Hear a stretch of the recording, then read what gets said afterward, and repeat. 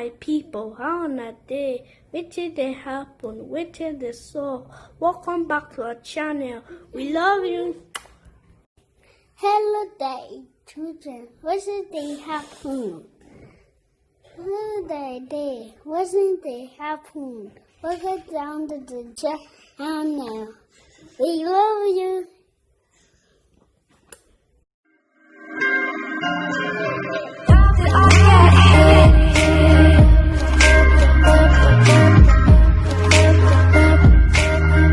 RMD, happy birthday to you, sir.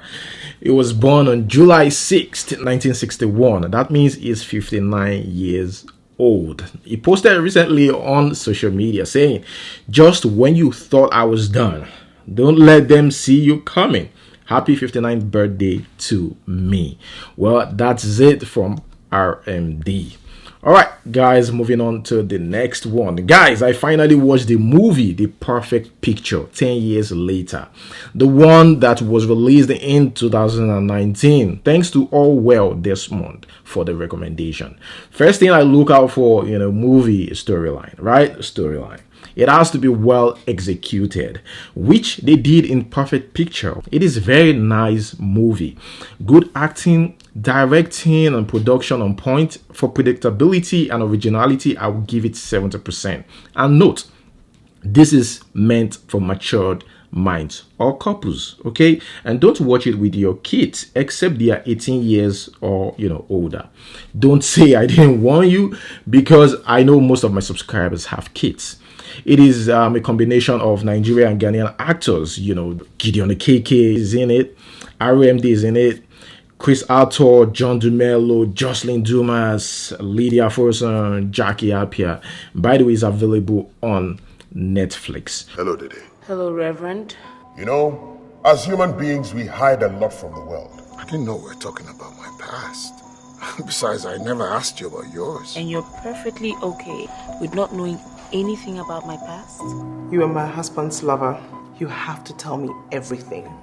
And when I say that, I mean everything. Remember this Rema's freestyle, the one he posted a few weeks ago. This freestyle came without beat. It was straight out raw. But look at what a producer did to it. He added sauce to it. Yeah. I just came in the game, now they stealing my flow. All these niggas really wanna be me. Where were you when I was still in the cold? Giving people copies of my CDs. Slept in the studio 4 weeks in a row. Busy dropping my vocals to freebies. I don't believe in this that I saw. Cause I knew that this shit wasn't easy. All of them bitches, they calling my phone. Once they started seeing me on TV, I know that they never loved me before. They were watching all the time. I just came in the game, now they stealing my flow. All these niggas really wanna be me. Where were you when I was still in the cold? Giving people copies of my CDs. Slept in the studio 4 weeks in a row. Busy dropping my vocals to freebies. I don't believe in this that I saw. Cause I knew that this shit wasn't easy. All of them bitches, they calling my phone.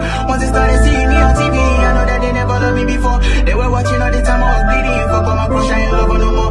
Uneasy feeling, messing with my baby. I kind of felt I wasn't good enough. I felt depressed cause I wasn't appealing. All this shit put me deep in my feelings, but I don't let it fuck with the vision. Took a break from the church, I was rapping. Sacrifices I made for my family, but I prayed on my sins, I forgiven. Man, I had to get it, I was willing. People thought that I was Jimmy. Hard labor got my body shaped up. Man, I had to steal my nigga laptop. Man, I knew that she was ungrateful, but I had to put food on my table. My confessions, they got me unstable. All the shit that I did was illegal. I don't wanna do this with the devil, so I had to go find me a label. To the next one. Here is about EFCC. The word impossible doesn't exist in Nigeria as far as I'm concerned, most especially in politics, a country where the hunter might end up being the hunted in the twinkle of an eye. It shocked me when I saw the news about EFCC's acting chairman being arrested on the grounds of fraudulently diverting funds meant for the EFCC institution to oversee through a third party. Initial report says he was arrested by Department of State Services and that he owned 4 properties, which he must have gotten by stealing from government coffers. Isn't it strange to see an organization or institution created to specifically fight corruption turns out to be an organization filled with corrupt individuals, even the chairman. Now, this is still an allegation, but before now, there's been rumors that EFCC is corrupt and they only go after those who cannot afford to pay them. Some people are beginning to link this to Hushpuppi. They said this might just be a confirmation that Hushpuppi helped the Nigerian politicians and big men to launder money, because the report says the EFCC chairman traveled to Dubai without the authorization of the president during the COVID-19 lockdown. And when he was queried, he said he went for an investigation. He is also alleged to be living above his means. By the way, make sure you check out my last video if you haven't about Hushpuppi's case, where I went deep into details about the charges against him using the affidavit sent to me. Another thing you should know is that Hushpuppi's prison details is available online. All you have to do is visit Federal Bureau of Prisons website. You can search by name or number. His number is 543134424. You should see his name immediately you type that. Back to EFCC acting chairman. Magu is his name. Is currently, according to reports, occupying a residence rented for 40 million naira at 20 million per annum. This accommodation was not paid for from the commission's finances, but by one Umar Muhammad, a questionable businessman who has subsequently been arrested by the Secret Service. For furnishing of the residence, Magu enlisted the Federal Capital Development Authority to award a contract to Africa Energy, a company owned by the same Mohammed, to furnish the residence at the cost of 43 million naira. Investigations show that the acting EFCC chairman regularly embarked on official and private trips through a private jet owned by Mohammed. Now, there are memes all over social media. EFCC later released an official statement reacting to this, saying that Magu wasn't arrested nor forced to honor the invitation, and it has nothing to do with DSS. Magu's special assistant on media, Tony, told Channels Television that his boss was not arrested but only invited to answer questions regarding some allegations against the agency. Tony explained that Magu was invited to appear before a federal government panel set up to investigate the allegations of corruption leveled against him. According to him, the panel is sitting at the banquet hall of the presidential villa in Abuja, the Federal Capital Territory, and it has nothing to do with DSS. Either way, this still means that there are some questionable moves that, the chairman needs to explain. Let us read some comments here. The angel that designed Nigeria now drop out. How DSS go arrest EFCC chairman for fraud? They need to put Nigeria on Netflix. Category corruption comedy. Magu must have believed that because he is the EFCC chairman, he can do as he likes. How can the head of EFCC be arrested for corruption?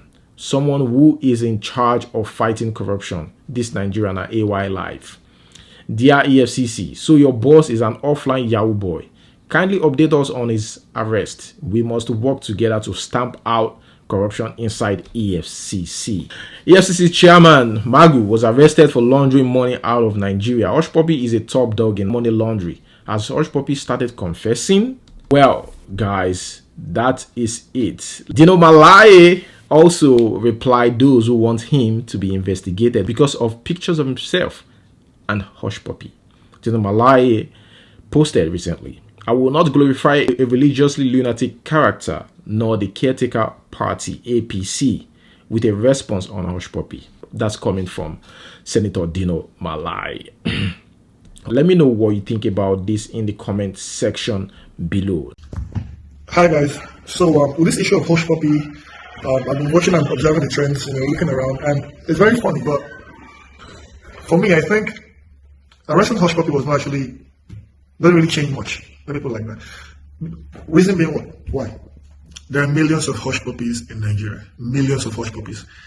Now, break it down. You see that the result of even sharing for the arrest of Hushpuppi online in your favorite blogs leads to a massive backlash. A massive backlash. Reason being that everybody, or basically the youths who are actually social media active, they all have this perception that fraudulent activities is okay. And why is that? Because the government has failed. We have a failed government. A government that can actually provide for its people, a government where even the minimum wage is difficult to pay across states, and you expect families and you expect youth as a youth to be happy. They can never be happy. They can never be okay. They've been pushed to the brink. They see people like Hushpuppi and other fraudsters as their heroes. They want to be like them. They want to be a senior man. They want to be able to do and live that life. Okay, fine. Let's even say Hushpuppi actually did what he did out of desperation, out of the fact that he probably wanted to come out from poverty. But then, look at the mentality of our youth today. It's such that there's a political link to this. They look at the politicians that they praise and that they worship and that they actually are supposed to actually emulate even as they grow in life. They see how these guys lose billions and millions of dollars and nothing happens, nothing comes of it. These leaders are not leading by example. And what do you think happens across the line? What do you think happens down the line? Even to the unborn youths, this will never change. I reckon Hushpuppi will not change. There are millions of Hushpuppis everywhere. Millions. In this Nigeria, there are millions of Hushpuppis. If you don't address the fundamental issues, infrastructure, raising people above the poverty line, enabling people to be able to get and find good jobs, it will not work. It will not work. The disposable income of an average Nigerian is so damn poor they can barely eat, and that's the truth.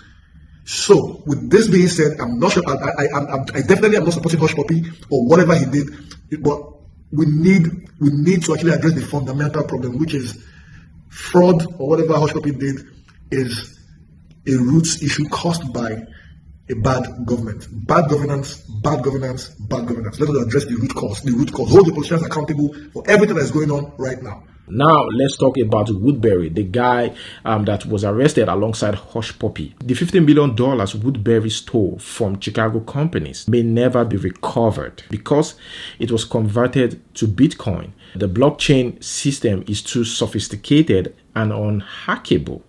He is the only one that can access it. Woodbury's case involves him and his team duping Chicago companies through the use of fake email appearing to have come from the company's chief account officer. Now they are saying that the money may not be retrieved for life as the Bitcoin blockchain system is not easily accessible, since Woodbury is the only one who can operate it. Well, guys, let's watch this report. Investigates has the inside story of a cyber fraud scheme that duped a Chicago company into sending $15 million to an overseas scammer. But federal prosecutors say the scam was much larger and more lucrative than that.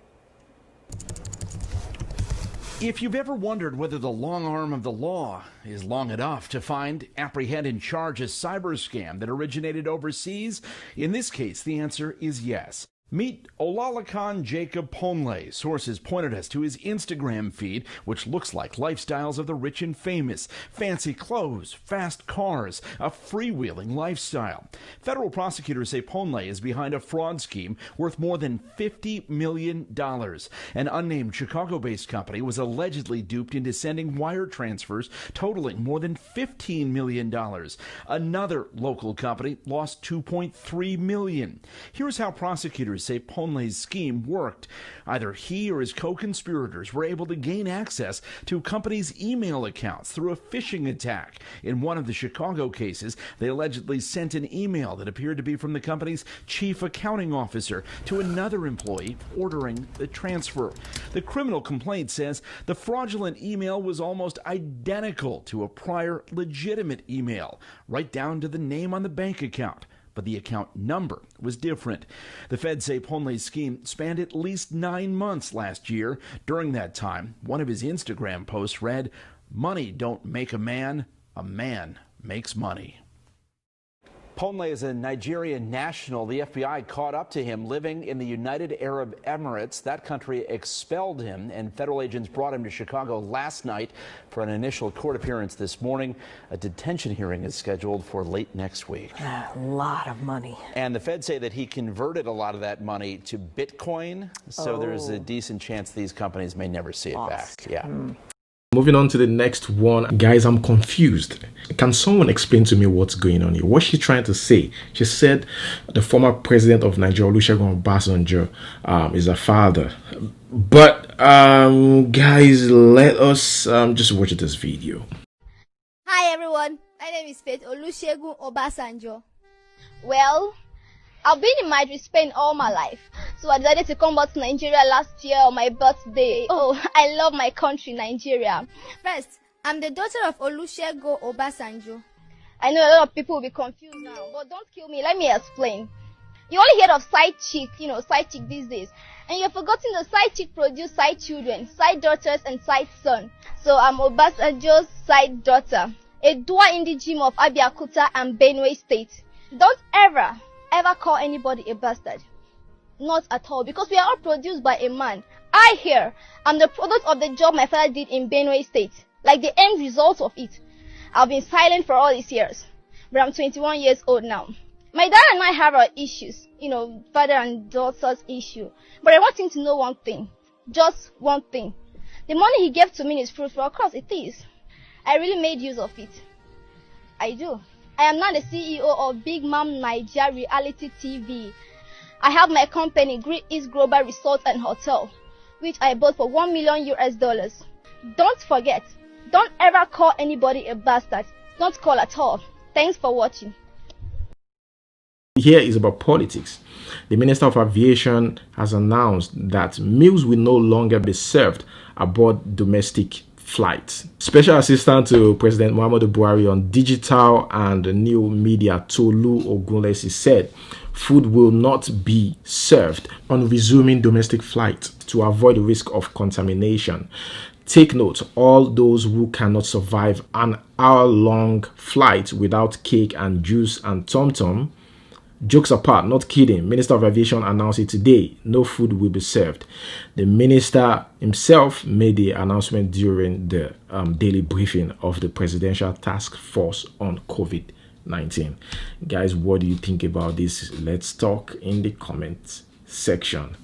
The next one, federal government of Nigeria shut third mainland bridge for 6 months. Can you imagine? For 6 months, starting from Friday, July 24th. They said consultations are ongoing for another phase of repair works to begin on the bridge. That's where I'm going to hold it. Let us move straight to the question of the day. Who is your favorite Nollywood actress? Adesua, Genevieve, Mercy Johnson, Rita Iniedo, Shola Shobowale, Toyin, Funke Akindele, Omoni, Messi Aide. Leave your answers in the comment section below. Thank you so much for listening. Until we see you next time. Peace out.